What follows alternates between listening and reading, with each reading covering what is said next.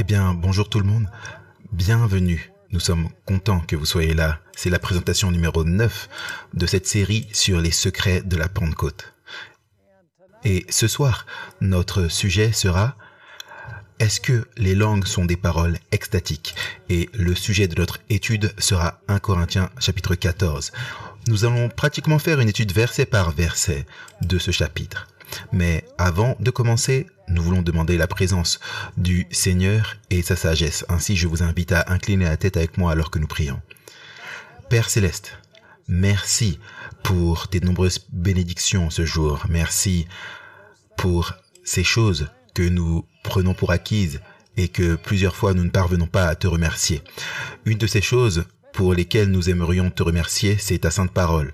C'est tellement un réconfort d'avoir ta parole dans un monde qui est tellement confus et mélangé.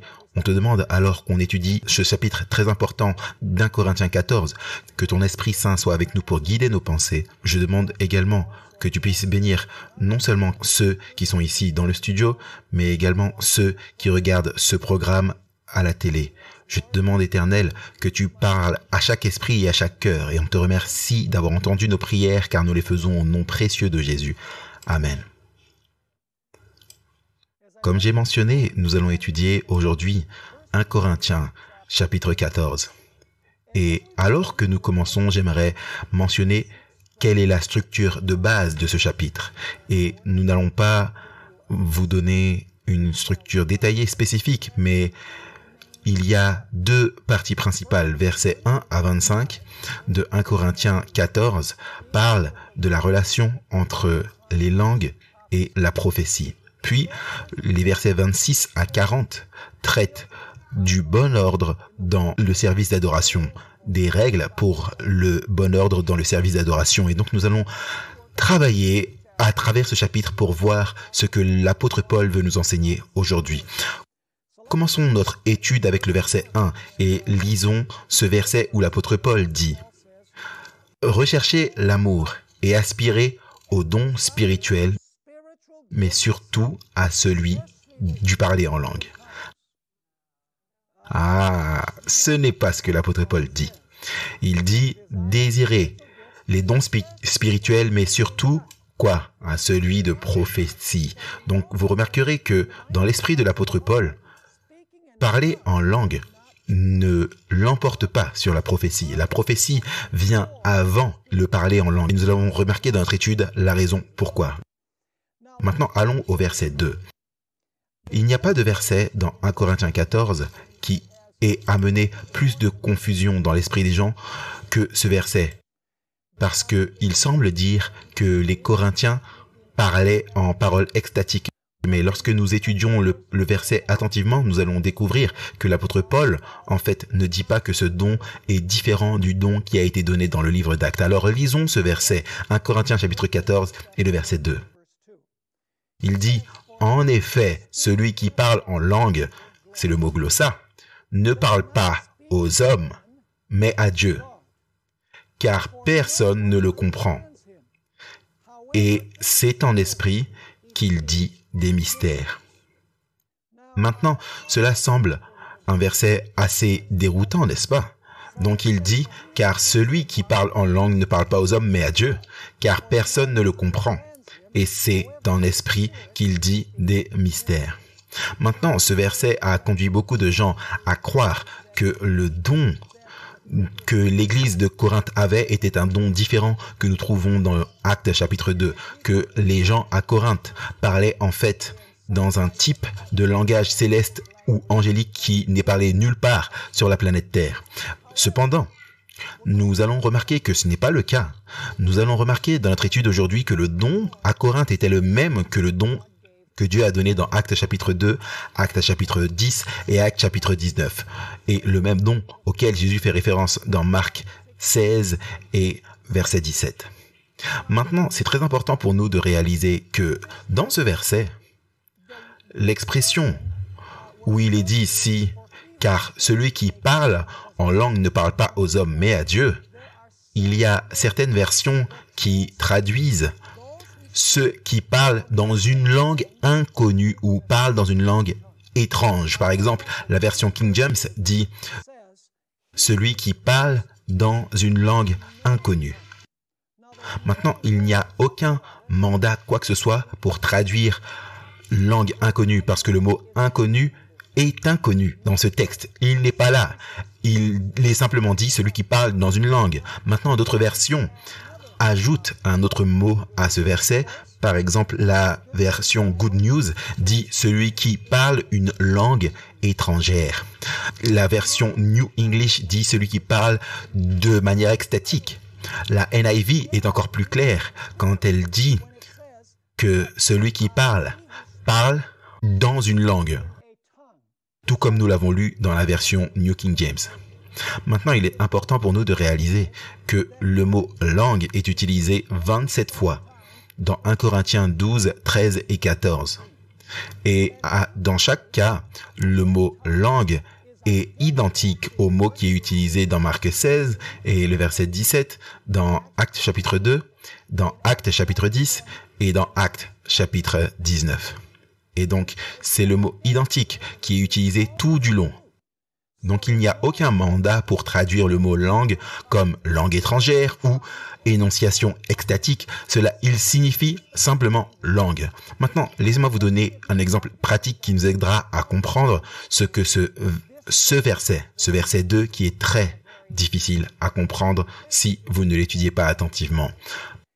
Prenons l'exemple supposons que je ne parle que l'anglais et je voyage à Curaçao qui est dans les Antilles néerlandaises. Ils y parlent une langue appelée le papiamento. Et je suis dans une situation où les gens ont besoin d'entendre la présentation de l'évangile de Jésus-Christ. Mais je ne sais uniquement parler l'anglais. Et donc l'Éternel, sachant que les gens ont besoin d'entendre une présentation de l'évangile par un événement miraculeux et instantané, Dieu me donne la capacité de parler parfaitement dans la langue des gens là. Il me donne la capacité de parler en papiamento, qui est plus un dialecte qu'une langue. Et donc, ce serait le don des langues, pas vrai? Je parle anglais, mais Dieu, instantanément et miraculeusement, me donne la capacité de parler papiamento là-bas à Curaçao. Mais supposons que le sabbat suivant, je revienne à Fresno et que je doive prêcher à l'église centrale de Fresno et que je commence à débiter mon sermon en papiamento. Maintenant, laissez-moi vous demander combien de personnes comprendraient ce que je suis en train de dire. Personne ne comprendrait rien de ce que je dis. Parce que les gens à Fresno Central ne parlent pas la langue du papiamento. Maintenant, remarquons 3 expressions que l'on retrouve dans ce verset. Premièrement, qu'est-ce qu'il veut dire quand il dit qu'une personne qui parle en langue parle en esprit? Et on aimerait voir pourquoi il n'y a que Dieu qui le comprend. Et ensuite, on va jeter un œil à ce qu'il veut dire quand il dit que la personne qui parle en langue parle des mystères. Passons d'abord à l'expression qu'une personne qui parle en langue parle en esprit. Pourquoi dirait-on qu'elle parle en esprit? Simplement parce que le don des langues est un don de qui? Est un don du Saint-Esprit. Donc une personne qui parle en langue parle dans l'esprit. Donc, ce que dit l'apôtre Paul quand il dit une personne qui parle en langue parle en esprit, cela ne devrait pas nous supposer parce que le don des langues est un don du Saint-Esprit. Maintenant, qu'en est-il de l'idée que celui qui parle en langue, il n'y a que Dieu qui peut le comprendre? Eh bien, utilisons mon illustration. Je reviens à l'église centrale de Fresno et je commence à déblater mon sermon en papiamento. Est-ce qu'il y a quelqu'un dans la congrégation qui comprend ce que je dis? Non. Est-ce que Dieu comprend ce que je dis? Bien sûr que Dieu comprend ce que je dis, parce que Dieu est celui qui m'a donné la langue en premier lieu. Donc, une personne qui parle dans une langue, Dieu comprend cette personne. Mais si les gens à qui je parle ne peuvent pas comprendre la langue que je parle, c'est incompréhensible pour eux. Est-ce que vous me suivez ou pas? Maintenant, que veut dire l'apôtre Paul quand il dit qu'une personne qui parle dans une langue, dans l'esprit, dit des mystères?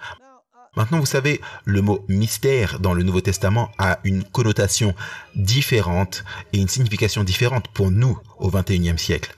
Le mot mystère dans les écrits de l'apôtre Paul n'a rien à voir avec quelque chose de secret ou quelque chose d'ésotérique ou quelque chose de mystérieux. Non, le mot mystère dans les écrits de l'apôtre Paul se réfère simplement à la prédication de l'évangile qui était caché dans les temps passés, mais maintenant, ce mystère des temps passés est révélé dans la prédication de l'évangile. J'aimerais que vous puissiez remarquer un texte où ce sens ressort clairement.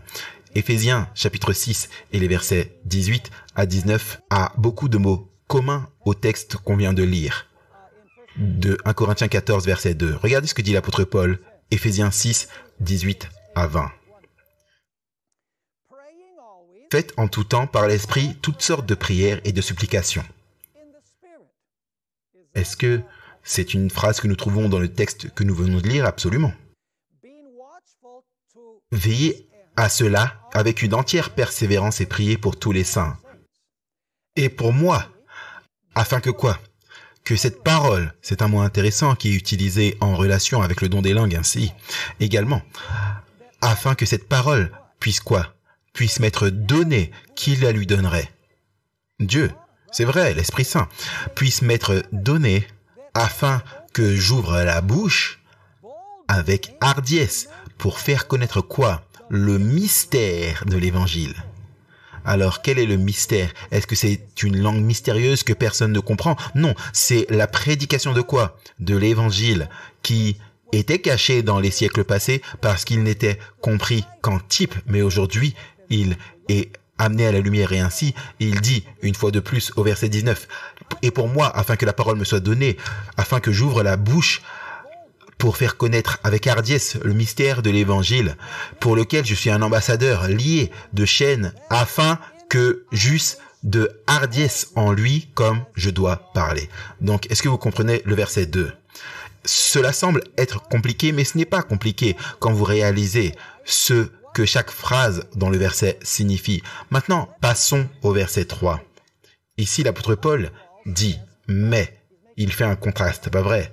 Regardons une fois de plus ce qu'on a lu dans le verset 2 et ensuite regardons le contraste au verset 3. Il dit « Parce que celui qui parle en langue ne parle pas aux hommes mais à Dieu, car personne ne le comprend. Mais en esprit, il prononce des mystères. » Et maintenant vient le contraste. Il dit « Mais celui qui prophétise », vous voyez, la prophétie est opposée au contraire aux langues. Celui qui prophétise déclare quoi? L'édification et quoi d'autre? L'exhortation et quoi? Le réconfort aux hommes. Laissez-moi vous poser une question. Quand vous exhortez et quand vous édifiez et quand vous réconfortez les gens, est-ce que vous devez parler dans une langue qu'ils peuvent comprendre? Bien sûr, l'apôtre Paul dit, si vous allez parler à l'église, parlez pour l'édification, l'exhortation et le réconfort. C'est ce que fait une personne qui prophétise. Maintenant, allons au verset 4. Celui qui parle en langue s'édifie lui-même. Mais celui qui prophétise édifie qui? L'Église. Maintenant, qu'est-ce que veut dire l'apôtre Paul par là? Revenons à mon illustration. Si je parlais en papiamento à l'église centrale de Fresno, est-ce que je m'édifierais moi-même? Bien sûr. Pourquoi? Parce que je pourrais comprendre ce que je dis, bien sûr. Pas vrai? Alors, je bénéficierais de ce que je dis. Mais est-ce que l'Église en bénéficierait? Pas du tout. D'ailleurs, Ellen White nous dit que nous sommes touchés par nos propres paroles. Nous sommes édifiés ou détruits par nos propres paroles. Laissez-moi vous lire cette déclaration. Jésus-Christ à la page 323, elle dit « Mais les mots sont plus qu'une indication de caractère. Ils ont le pouvoir d'impacter sur le caractère. Les hommes sont influencés par quoi? Par leurs propres paroles. Donc, si je parlais en papiamento dans une église où cette langue n'est pas parlée, je n'édifierais pas l'église, mais je m'édifierais moi-même parce que je suis impacté par mes propres paroles. Est-ce que vous comprenez ce que je dis? Alors, quel est le but de la prédication de l'évangile? C'est que toute l'église puisse en bénéficier, non pas seulement moi. Le don des langues n'est pas principalement pour l'auto-édification, mais pour le bénéfice de l'Église. Maintenant, regardez le verset 5. Ici, l'apôtre Paul dit « Je désire que vous parliez tous en langue. » Ah, Et il voulait que tout le monde parle en langue, mais regardez ce qu'il dit. Mais encore plus que vous prophétisiez. Donc, qu'est-ce qui est plus important comme don, les langues ou la prophétie? La prophétie, dans la pensée de l'apôtre Paul. Il dit, je voudrais que vous parliez tous en langue, mais encore plus que vous prophétisiez. Celui qui prophétise est plus grand que celui qui parle en langue, à moins que ce dernier interprète. Donc si vous parlez en langue et que vous interprétiez ce que l'Église dit, afin que l'Église puisse recevoir quoi? Puisse recevoir l'édification. Donc si je parlais en papamiento et ensuite j'interprétais ce que je viendrais de dire, cela ne m'édifierait pas moi-même, mais édifierait qui? Cela édifierait l'Église. Est-ce que vous me suivez ou pas? Maintenant, regardons le verset 6. Et maintenant, frères, de quelle utilité vous serais-je si je venais avec vous en parlant en langue, c'est-à-dire en langage? À quoi vous servirais-je? Et si je ne vous parlais pas par révélation, ou par connaissance, ou par prophétie, ou par doctrine. En d'autres termes, il dit, si je viens à vous et que je vous parle par prophétie, par révélation, par connaissance ou par doctrine, quelque chose que vous pouvez comprendre, pas dans une langue que vous ne pouvez pas comprendre parce que cela ne vous profite pas du tout. Cela pourrait me profiter à moi, mais cela ne vous avantage en rien. Donc, jusqu'ici, ça va? Maintenant, remarquez le verset 7. Ici, l'apôtre Paul va davantage développer cette idée. En fait, dans les versets 7 à 11, l'apôtre Paul va utiliser 3 exemples pour montrer à quel point c'est important qu'une personne parle dans une langue que les gens peuvent comprendre. Le premier exemple, c'est l'exemple d'une flûte ou d'une harpe. Regardez ce qu'il dit dans le verset 7. Il dit ici, si des objets inanimés, il parle d'instruments de musique, qui rendent un son comme une flûte ou une harpe, ne rendent pas de son distinct, comment reconnaîtra-t-on ce qui est joué sur la flûte ou la harpe? Donc quand vous jouez de la flûte, est-ce que vous devez jouer un air afin que les gens puissent comprendre ce que vous jouez, ou bien est-ce qu'on fait juste un paquet de bruit? L'apôtre Paul dit, écoutez, juste faire du bruit dans une langue que les gens ne peuvent pas comprendre ne sert à rien. C'est comme une flûte ou comme une harpe qui fait un paquet de sons, mais qui n'a pas de mélodie. Est-ce que vous me suivez? Maintenant, regardez le verset 8, il utilise l'exemple de la trompette. Et si la trompette rend un son confus, qui se préparera au combat?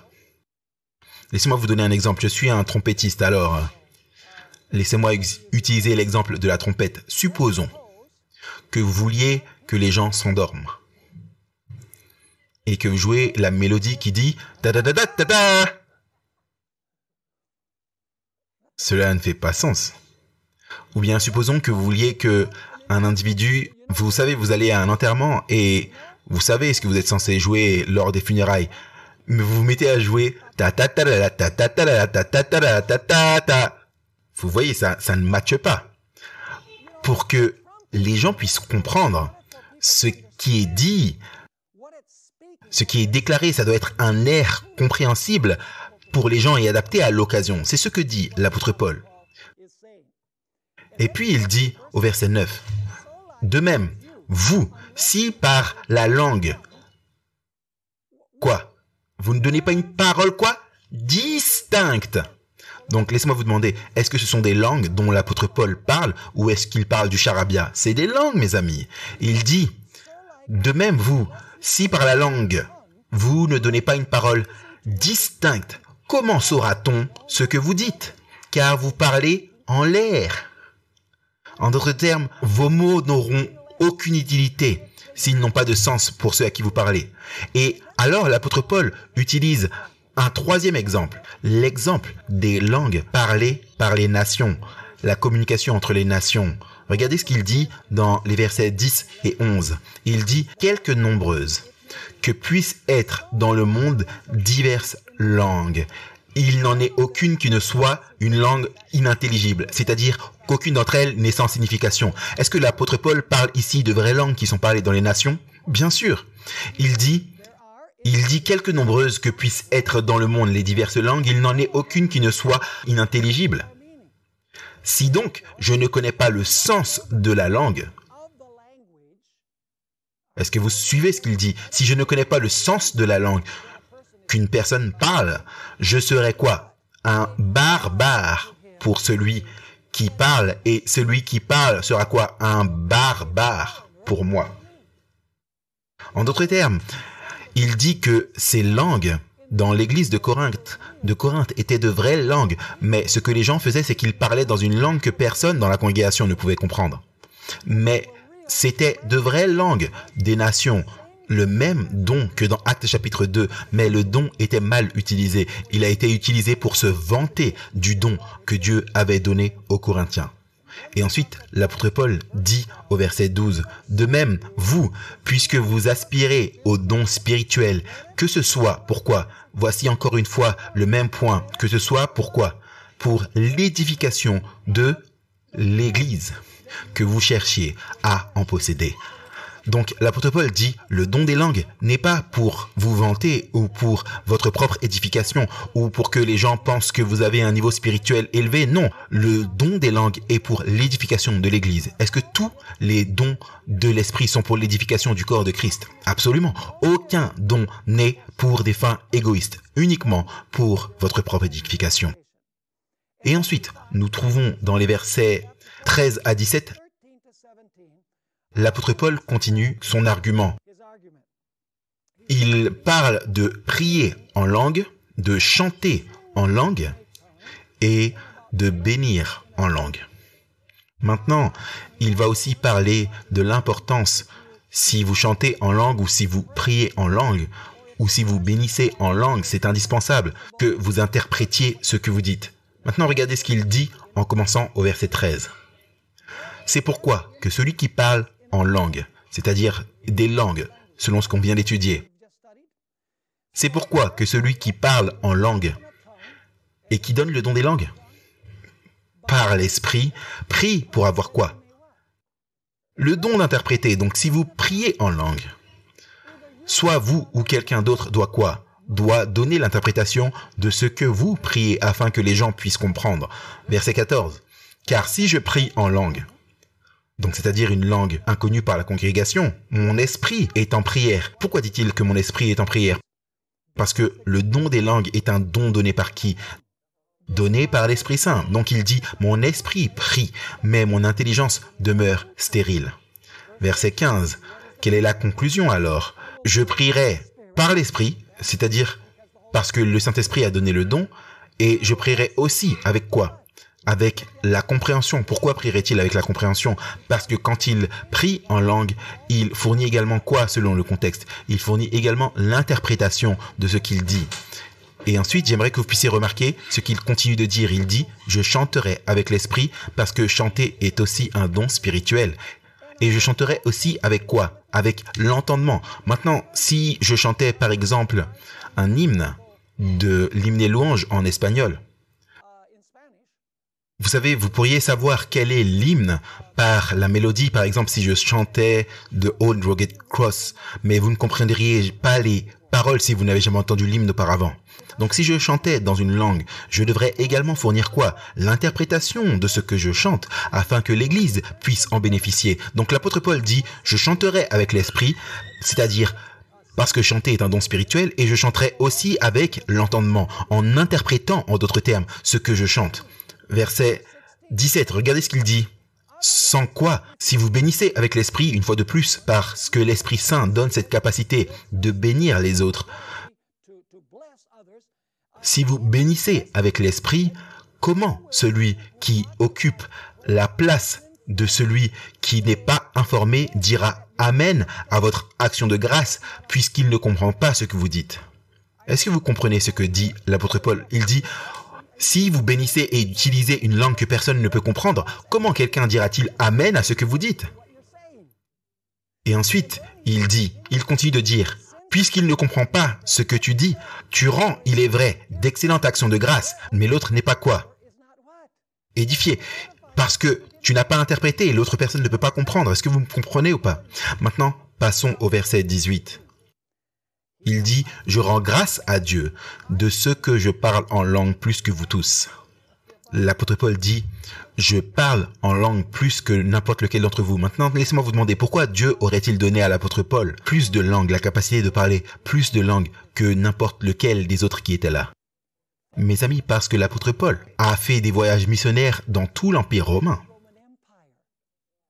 Et il avait besoin de connaître les langues de toutes les nations de l'Empire romain. Et c'est pourquoi l'apôtre Paul dit « Je parle en langue plus que vous tous ». Parce que Paul a parlé de nombreuses langues qui lui ont été données par l'Esprit Saint afin qu'il puisse partager l'Évangile dans tout l'Empire romain. Puis, remarquez le verset 19. Paul y dit ici « Mais dans l'Église, j'aime mieux dire 5 paroles avec mon intelligence. » Afin de quoi? D'instruire les autres que 10 000 paroles en langue. Une fois de plus, quelle est la préoccupation de l'apôtre Paul? Que l'Église puisse quoi? Comprendre. En d'autres termes, parler en charabia. Peut-être que certains d'entre vous ont vu ce programme où Kenneth Copeland s'est laissé aller en parlant en langue, ou avec Tony Balmer lors de cette convention charismatique. Vous savez, j'ai été étonné de ce qu'il a dit. Je ne sais pas ce qu'il a dit. Je ne pense pas que quelqu'un là sache ce qu'il disait. Je ne pense même pas que lui sache ce qu'il dit. L'Éternel même ne sait même pas ce qu'il dit. Parce qu'il parlait en charabia. Est-ce que c'est ça, le don des langues auquel il est fait référence dans l'Écriture? Absolument pas. Le don des langues est la capacité de parler une langue qui est compréhensible, mais vous ne l'utilisez pas comme les Corinthiens pour vous vanter et en parlant des langues que les gens ne peuvent pas comprendre. Maintenant, l'apôtre Paul dit, maintenant, dans l'église, je préférerais parler 5 mots avec mon intelligence afin d'instruire aussi les autres que 10 000 en langue. Et au verset 20, il va dire aux gens de grandir, arrêtez d'agir comme des enfants. Il dit, mes frères, ne soyez pas des enfants sous le rapport du jugement. Vous savez, les enfants babillent, les bébés babillent. Vous savez, on ne sait pas ce qu'ils disent. Il dit, grandissez, parce que vous devez être en mesure de parler comme un adulte. Alors il dit, frères, ne soyez pas des enfants par rapport au jugement, mais pour la malice, soyez des enfants. En d'autres termes, ne soyez pas dans le mal comme les adultes, car au fur et à mesure qu'on grandit, on devient de plus en plus mauvais de manière générale. Donc il dit, frères, ne soyez pas des enfants sous rapport au jugement, mais pour la malice, soyez des enfants. Et à l'égard du jugement, soyez quoi? Soyez des hommes faits. En d'autres termes, ne parlez pas dans des langues que personne ne peut comprendre. Vous savez, utilisez le don pour communiquer avec d'autres personnes. Puis, remarquez le verset 21. On va tout d'abord lire la version New King James. Ici, l'apôtre Paul dit, « Dans la loi, il est écrit, il va prouver son point maintenant. Dans la loi, il est écrit, avec des hommes d'autres langues et d'autres lèvres, je parlerai à ce peuple. » Il parle du peuple de Dieu. Et cependant, ils ne m'écouteront pas même ainsi, dit le Seigneur. Et vous dites, pourquoi est-ce que Paul utilise ce verset particulier? D'ailleurs, ça vient d'Ésaïe 28, le verset 11. Et Paul cite Ésaïe 28, 11 pour prouver son point. Maintenant, à quoi est-ce que Paul fait référence? Si vous regardez à Ésaïe 28, verset 11, vous allez trouver que Dieu prophétise à Israël qu'ils vont aller en captivité assyrienne. Et bien sûr, ils ne pourraient pas comprendre la langue des Assyriens. Laissez-moi vous lire la traduction telle qu'elle apparaît dans la version Nouvelle Internationale, le chapitre 14 et le verset 21. Ici, il est dit dans la NIV, « À travers des hommes de langue étrange et à travers les langues des étrangers, je parlerai à ce peuple, mais même alors, ils ne m'écouteront pas, dit le Seigneur. » Maintenant, est-ce que l'apôtre Paul dit ici que Dieu va parler à son peuple à travers le charabia? Ou est-ce que les Assyriens avaient une vraie langue? Bien sûr qu'ils avaient une langue. Est-ce que les gens pouvaient comprendre la langue des Assyriens? Israël pouvait-il comprendre la langue des Assyriens? Non. Ils parlaient hébreu. Ils ne parlaient pas la langue des Assyriens. Donc Dieu dit, je vais parler à travers des hommes de langue étrange. D'ailleurs, le mot étrange ici est hétéroglossoïs, qui signifie langue d'un autre type, d'un différent type que celui que eux parlaient spécifiquement. Maintenant, laissez-moi vous demander, Pour qui ces langues étaient-elles étrangères? Quand il dit à travers des hommes à la langue étrange que Dieu allait parler à son peuple, à Israël. Pour les Assyriens ou bien pour les Juifs? Pour les Juifs, bien sûr, mais est-ce que c'était une langue connue, une langue qui existait dans le monde? Assurément, c'était une langue qui existait dans le monde. Donc, il n'est pas parlé ici de charabia. Maintenant, l'apôtre Paul continue ensuite au chapitre 14 et le verset 22 à 25 pour parler de langue comme un signe pour les non-croyants. Est-ce que vous saviez que le don des langues était un signe pour les non-croyants? Voici ce qu'il dit. Par conséquent, les langues sont un signe, non pour les croyants, mais pour qui? Pour les non-croyants. La prophétie, au contraire, est un signe, non pour les non-croyants, mais pour qui? Mais pour les croyants. Donc la prophétie est pour ceux qui croient et le don des langues est un don pour ceux qui ne croient pas. Maintenant, on va voir dans un instant la raison pourquoi. Le verset 23. Si donc, dans une assemblée de l'église entière, regardez, toute l'église est rassemblée dans un bâtiment, tous parlent en langue. Que se passait-il à Corinthe? Ils étaient tous rassemblés dans un endroit et tout le monde parlait en une langue. Ou dans un langage, parce que Dieu avait donné ce don. Mais remarquez ce que l'apôtre Paul continue de dire. Si donc, dans une assemblée de l'église entière, tous parlent en langue, et qu'il survienne des hommes du peuple ou des non-croyants, les hommes du peuple ou les incroyants, qu'est-ce qui va se passer? Ne diront-ils pas que vous êtes fous? Est-ce que vous comprenez ce que dit l'apôtre Paul? Oui, si un incroyant vient, il entend 200 personnes parler dans une langue différente. Qu'est-ce qu'il va dire? Il va dire ces personnes sont folles, parce que cette personne ne va pas comprendre que cette personne parle en langue. Donc l'apôtre Paul continue de dire, encore une fois, 23, si donc dans une assemblée de l'église entière, tous parlent en langue, et qu'ils surviennent des hommes du peuple ou des non-croyants, ne diront-ils pas que vous êtes fous? Verset 24. Mais si tous prophétisent, est-ce que les gens peuvent comprendre quand ils prophétisent? Oui. Et qu'ils surviennent quelques hommes du peuple ou non-croyants, il est quoi? Convaincu par tous, il est jugé par tous. Les secrets de son cœur sont dévoilés, de telle sorte que, tombant sur sa face, il adorera Dieu et publiera que Dieu est vraiment parmi vous. En d'autres termes, cette personne qui entre comprend ce que vous dites. Elle sera alors convertie. Mais si elle entre et que vous parlez tous avec la confusion des langues différentes, le non-croyant ne comprend pas, il dit « mais vous êtes complètement fou ». Et il ne va pas donner à cet endroit une deuxième chance pour revenir le visiter. Alors laissez-moi vous demander au jour de la Pentecôte, est-ce que le don des langues était un signe pour les incroyants? Très certainement. Parce que les apôtres ont parlé dans les langues des nations. Et lorsque ceux qui étaient présents là ont entendu les apôtres parler en leur propre langue, ils ont été convaincus et ils ont été convaincus dans leur corps. Et 3000 incroyants ont été baptisés en ce jour-là. Parce que le don des langues leur a montré que ce que les disciples prêchaient était le message de Dieu et véritablement le message de Dieu. Donc, quel était le problème à Corinthe? Le problème à Corinthe était que les gens parlaient en langue. Et d'ailleurs, rappelez-vous qu'une fois que le don des langues est donné, il reste avec les gens jusqu'à la fin de leur vie. C'est un point très important. Donc, ces gens de Corinthe avaient reçu le don de parler des langues et ils étaient à l'église et tout le monde parlait dans la langue qu'ils avaient reçue. Et c'était la folie, la confusion, parce que personne ne pouvait comprendre qui que ce soit d'autre. Et donc, cela ne toucherait pas les incroyants avec l'évangile. Comme nous l'avons vu, le don des langues et avec tous les autres dons ont pour but de toucher les incroyants pour Jésus-Christ. Ce n'est pas d'exhiber notre propre don que Dieu nous a donné. Maintenant, nous devons aller pour parler de l'interprétation des langues. Paul couvre ce sujet spécifique dans 1 Corinthiens 14, verset 5 brièvement, et au verset 13, puis 26 et aussi 27 et 28. Qu'est-ce qu'il veut dire par le don d'interpréter les langues? L'apôtre Paul rend clair que le fait d'interpréter les langues est un don spirituel, soit dit en passant.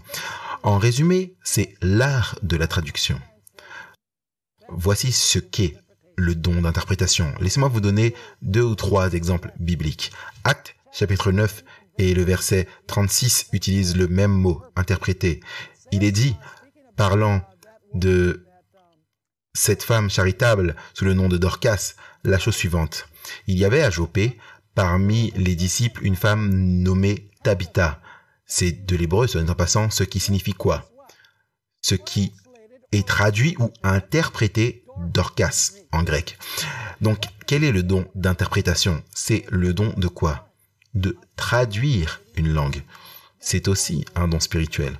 Regardez dans l'Ancien Testament, Genèse 42, 23, dans la Septante, la version grecque de l'Ancien Testament, parlant de Joseph et quand ses frères sont venus le visiter, ils ne savaient pas que Joseph comprenait, car il se servait avec eux d'un quoi? D'un interprète. Donc quelqu'un interprétait ce que Joseph disait. Puis Daniel 5, 26 à 28 parle de l'écriture sur le mur et il est dit là, voici l'interprétation de chaque parole. Regardez une fois de plus l'interprétation. On explique le sens. Méné, Dieu a compté ton royaume et y a mis fin. Tekel, tu as été pesé dans la balance et tu as été trouvé léger. Pérès, ton royaume est divisé et donné aux Mèdes et aux Perses. Permettez-moi de vous demander, est-ce qu'il y avait un besoin d'interprétation des langues au jour de la Pentecôte? Il n'y avait pas besoin d'interpréter les langues, parce que les apôtres parlaient dans les langues des nations là. Et les nations qui étaient représentées là pouvaient comprendre ce que les apôtres disaient sans avoir besoin d'interprètes. Est-ce que vous me suivez sur ce point? Maintenant, l'apôtre Paul donne également des principes régulateurs pour l'utilisation du don des langues dans l'Église. J'aimerais que vous puissiez regarder que l'apôtre Paul est intéressé par le fait de ne pas détourner des incroyants de l'Église. Vous savez, je ne sais pas si vous avez déjà été dans une église pentecôtiste où les gens parlent en langue. Et j'aimerais vous dire, j'ai été dans plusieurs et c'est un peu une expérience effrayante. Vous savez, généralement, le pasteur se lève et vous savez qu'il commence vraiment doucement et lentement. Et bien sûr, aujourd'hui, ils utilisent la batterie et la musique et tout à coup, le pasteur s'emballe de plus en plus et la musique devient de plus en plus forte et la batterie devient de plus en plus forte et bientôt tout le monde est excité et tout le monde parle dans une langue que personne ne comprend. Pas les langues du monde, mais tout le monde. C'est la confusion. Tout le monde parle en même temps dans l'église. Vous savez quoi? Je n'étais pas converti. Quand je suis allé dans ces églises, j'ai dit, mais c'est fou. Dieu veut que nous partagions l'évangile d'une manière qui puisse être comprise. Mais si j'étais un incroyant qui entrerait là, je ne reviendrai certainement pas. Maintenant, regardez ce que l'apôtre Paul dit dans 1 Corinthiens 14, versets 26 à 29. Il dit, « Qu'est-ce donc, frères, quand vous vous réunissez, chacun de vous a un psaume, a un enseignement, a une langue, a une révélation, a une interprétation, que tout se fasse. Pourquoi? Voici la même idée pour l'édification. L'édification de qui? De la personne? Non, l'édification de l'Église. Il dit, et si quelqu'un parle en langue, qu'il y ait quoi? Que ce soit 2 ou tout au plus 3. Donc ça, c'est transgressé par les charismatiques aujourd'hui parce que tout le monde parle, c'est pas 2 ou 3. Et regardez ce que l'apôtre Paul continue de dire. Que ce soit 2 ou tout au plus 3. Et maintenant, écoutez, qui parle et chacun son tour. En d'autres termes, c'est pas tout le monde qui parle en même temps. Et que quelqu'un interprète.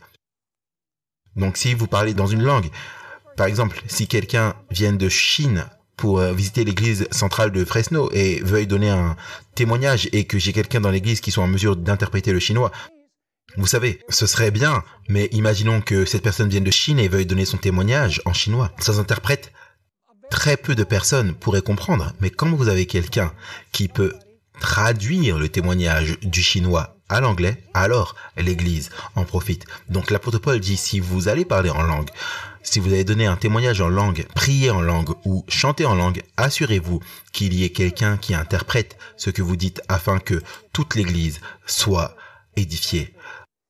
Ensuite l'apôtre Paul dit, verset 28, « Mais s'il n'y a pas d'interprète, qu'il se taise dans l'assemblée. » Waouh. Et qu'il parle à lui-même et à Dieu. Est-ce que c'est clair? Je veux dire, c'est aussi clair que le soleil en plein midi. Regardez le verset 33 à 40. Ici, l'apôtre Paul dit, « Car Dieu n'est pas un Dieu de désordre, mais de paix, comme dans toutes les assemblées des saints.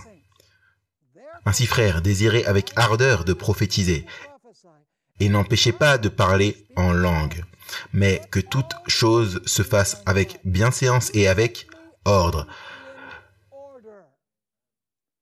Résumons ce que l'apôtre Paul dit concernant les régulations de l'utilisation du don des langues. Numéro 1, cela doit être pour l'édification de l'Église. Numéro 2, un maximum de 2 ou 3 peuvent parler. Numéro 3, cela doit être un à la fois. Numéro 4, il doit y avoir une traduction ou une interprétation de ce que la personne est en train de dire. S'il n'y a pas d'interprète, la personne qui parle en langue doit se taire et tout doit se faire dans l'ordre et avec décence. Et l'apôtre Paul dit que ce commandement est pour toutes les églises. Maintenant, laissez-moi mentionner ceci. Prenons par exemple un prédicateur qui se lève et commence à parler dans une langue étrange que personne ne comprend. Est-ce que cela profite à l'église? Laissez-moi vous demander, comment est-ce que vous savez ce que dit cet individu? Est-ce que ce serait nécessairement un message de Dieu? Non.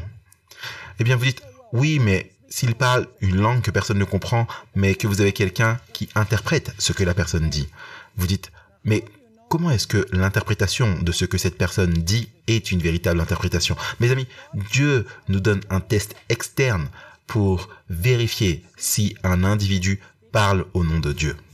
Et c'est, est-ce que la personne parle en harmonie avec la parole sacrée de Dieu? Donc si un individu se lève et qu'il commence à parler en langue, et qu'il enseigne que les morts ne sont pas morts, et qu'on est censé aller à l'église le dimanche, vous pouvez être certain que ce n'est pas le don biblique des langues. Maintenant, certains groupes charismatiques croient que le don des langues est un test de spiritualité. En fait, ils culpabilisent les membres s'ils ne parlent pas en langue. On leur dit que s'ils ne parlent pas en langue, ils n'ont pas l'Esprit Saint.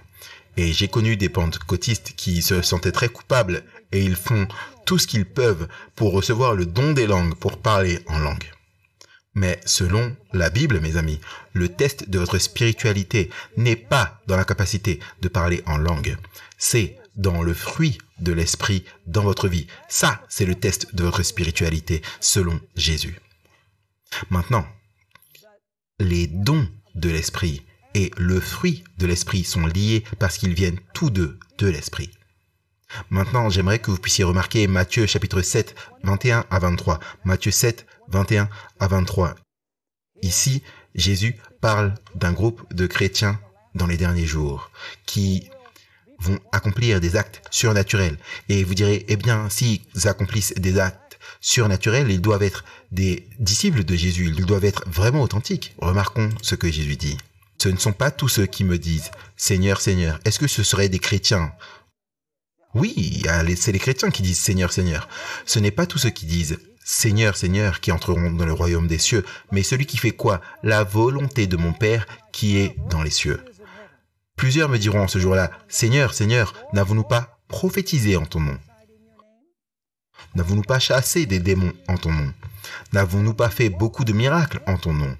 Et alors je leur déclarerai « Je ne vous ai jamais connu, retirez-vous de moi, vous qui pratiquez l'iniquité. »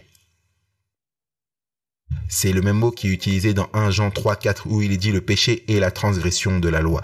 Il aurait pu être traduit par « Éloignez-vous de moi, vous transgresseurs de la loi ». Alors laissez-moi vous demander, est-ce que c'est possible pour un chrétien supposé de chasser des démons et de donner des prophéties et d'accomplir des miracles et de ne pas être un vrai disciple de Jésus-Christ? Et quel est le test décisif? Est-ce que c'est si vous parlez en langue ou est-ce que c'est si vous vivez une vie sans la loi? C'est si vous vivez une vie impie. Si vous insistez sur transgresser la loi, vous dites, eh bien, et si je garde 9 des 10 commandements, c'est pas assez bon. La Bible dit que Dieu a donné 10 commandements, y compris le sabbat. Et il s'attend à ce que les chrétiens observent ces commandements, pas pour être sauvés, pas parce qu'ils sont meilleurs que d'autres personnes, mais parce qu'ils aiment Jésus. Et parce que Jésus dit, si vous m'aimez, vous observerez mes commandements. Maintenant, j'aimerais que vous puissiez regarder Luc 6, 46 à 49, parce que ce passage lit la déclaration que font ceux qui appellent Jésus Seigneur, Seigneur. Regardons Luc 6, 46 à 49. Et pourquoi m'appelez-vous Seigneur, Seigneur? Et ne faites-vous pas ce que je vous dis? C'est une chose de dire Seigneur, Seigneur, c'est une autre chose de faire les choses que le Seigneur dit que nous sommes censés faire. Et Jésus va donner une illustration. Il dit, je vous montrerai à qui est semblable tout homme qui vient à moi, qui entend mes paroles et les met en pratique. Il est semblable à un homme qui bâtit une maison et qui a fouillé et a creusé profondément et a mis un fondement sur le roc. Mais une inondation est survenue. Le fleuve s'est jeté avec violence contre cette maison et il n'a pu l'ébranler car elle avait été fondée sur le roc. Mais celui qui a entendu et qui n'a pas mis en pratique est semblable à un homme qui a bâti une maison sur la terre sans fondement. Et le fleuve est venu et s'est jeté avec violence contre cette maison et elle est aussitôt tombée et la ruine de cette maison était grande. Donc quel est le test de la spiritualité de cette personne? Est-ce que c'est si elle accomplit des miracles? Est-ce que c'est si elle chasse des démons? Est-ce que c'est si elle fait beaucoup de signes au nom de Jésus? Est-ce que c'est si elle parle en langue? Absolument pas. Le test de la spiritualité individuelle d'une personne, c'est si cette personne fait la volonté du Père qui est aux cieux.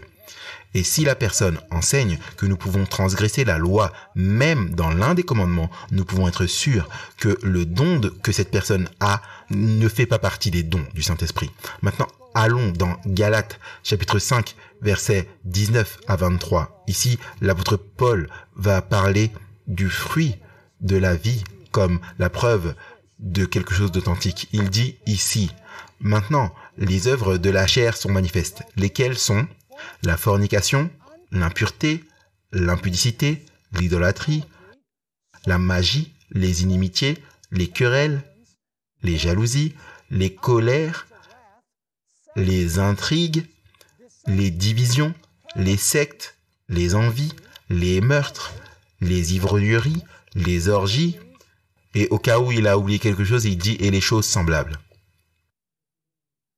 À celles-là, au sujet desquels je vous déclare d'avance, comme aussi je l'ai déjà dit, que ceux qui commettent de telles choses n'hériteront pas du royaume de Dieu.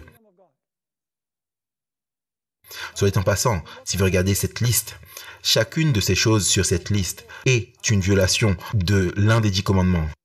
Si vous regardez attentivement, meurtre, adultère, mensonge, vous savez, tout ça c'est des violations des 10 commandements. Vous savez, l'apôtre Paul dit, ceux qui transgressent les 10 commandements et vivent de cette façon n'hériteront pas du royaume de Dieu. Peu importe combien ils disent qu'ils sont sauvés par la grâce au travers de la foi, si la vie ne montre pas le fruit de l'esprit, vous n'allez pas entrer dans le royaume de Dieu. C'est ce que l'apôtre Paul dit. Et maintenant, regardez le contraste.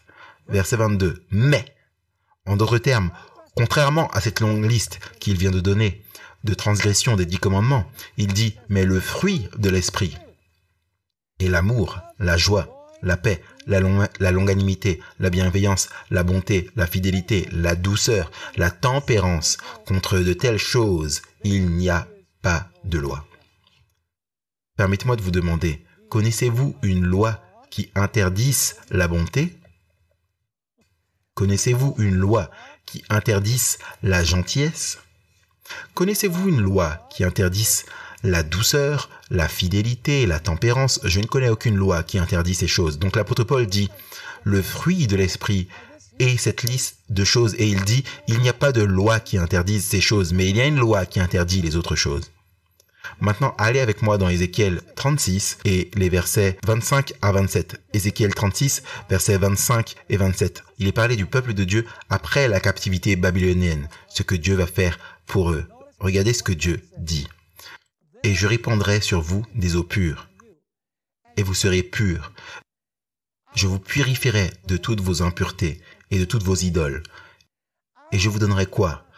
Un cœur nouveau, et je mettrai au-dedans de vous un esprit nouveau, et j'ôterai de votre chair le cœur de pierre, et je vous donnerai un cœur de chair. Et je mettrai mon esprit au-dedans de vous. Et maintenant, regardez ce qu'il continue de dire. Qu'est-ce qui se passe quand on a l'Esprit Saint? Est-ce que le test qu'on a le Saint-Esprit, c'est parler en langue, chasser des démons et accomplir des guérisons miraculeuses? Non, non, non. Ici, nous trouvons le prophète Ézéchiel qui dit, c'est Dieu qui parle, il dit, je mettrai mon esprit en vous et ferai que quoi? Que vous marchiez, donc ça a à voir les comportements, que vous marchiez dans mes statuts et vous garderez mes ordonnances et les pratiquerez. Donc, quelle est la manifestation que vous avez l'Esprit Saint dans votre cœur? Le fait que vous marchiez dans les statuts de Dieu et gardiez ces ordonnances pour les mettre en pratique. En d'autres termes, le fruit de votre vie. Regardez Romains chapitre 6 et le verset 32. Ici, l'apôtre Paul, une fois de plus, parle du fruit. Et soit dit en passant, je ne dis pas que vous êtes sauvés par votre vie, par le style de vie que vous menez. Ce que je dis, c'est que quand vous connaissez vraiment Jésus-Christ comme votre sauveur et que vous avez Jésus-Christ dans votre cœur, le fruit de votre vie le montrera. Et si vous n'avez pas de fruit, il y a quelque chose qui ne va pas avec la racine. Regardez Romains chapitre 6 et le verset 22. Ici, l'apôtre Paul dit, maintenant, ayant été affranchi du péché, et étant quoi? Asservi à Dieu. Vous avez quoi? Vous avez quoi? Votre fruit dans la sainteté. Donc, quel est le fruit? Le fruit, c'est la sainteté. Vous avez votre fruit dans la sainteté et pour fin, quoi? La vie éternelle. Donc, quand vous avez été délivré du péché et que vous êtes devenu esclave de Jésus-Christ, qu'est-ce que vous allez montrer par votre vie? Le fruit de la sainteté. C'est ce que dit l'apôtre Paul. C'est ça, le test décisif pour savoir si vous avez l'Esprit Saint. Ce n'est pas si vous parlez en langue. Regardez ce qu'on trouve dans Matthieu chapitre 3 et le verset 10. Ici, Jean-Baptiste prêche et il dit, « Et déjà la cognée est mise à la racine des arbres. Tout arbre donc qui ne produit pas quoi? De bons fruits est coupé et jeté au feu. » Est-ce que vous voyez comment maintes et maintes fois vous avez l'idée de produire des fruits comme étant le signal du fait que vous êtes vraiment en Jésus-Christ? Regardez aussi Actes chapitre 5 et le verset 32. Actes 5, 32. Ici, Pierre parle aux membres du Sanhédrin, l'organe directeur de la nation juive, et il dit, « Et nous lui sommes témoins de ces choses, et ainsi que l'Esprit Saint que Dieu a donné à ceux qui ont le don des langues. »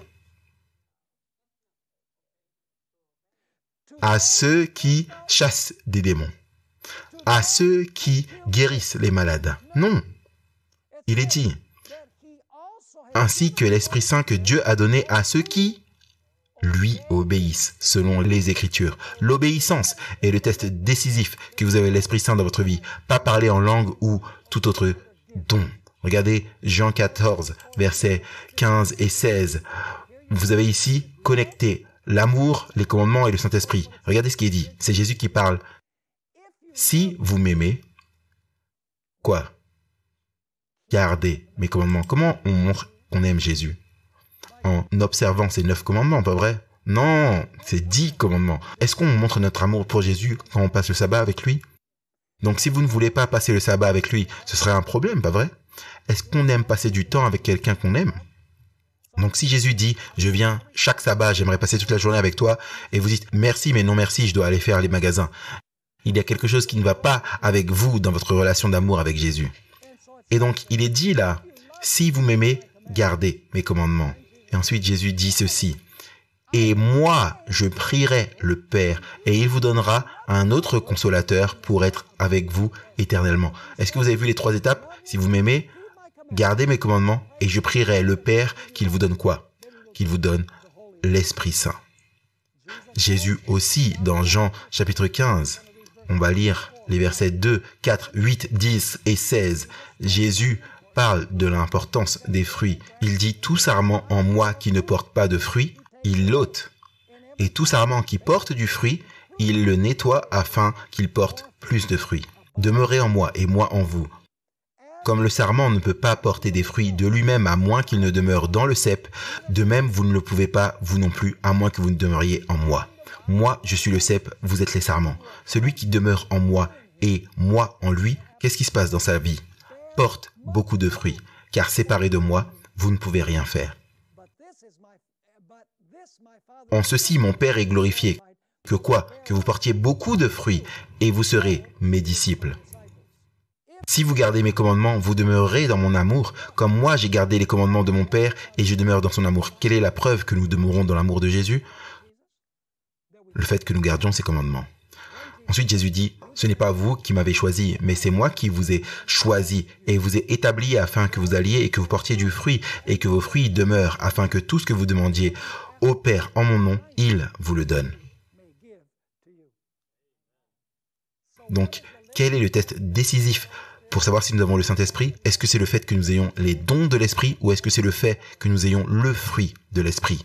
C'est le fruit de l'Esprit qui montre si nous sommes authentiques ou si nous sommes une contrefaçon ou un faux. Si vous prétendez être connecté à Jésus, mais vous ne portez aucun fruit, votre relation avec Jésus est une contrefaçon. Est-ce que vous vous souvenez, une fois, Jésus a maudit un figuier? Pourquoi a-t-il maudit le figuier? Il a maudit le figuier parce que le figuier n'avait pas de fruits.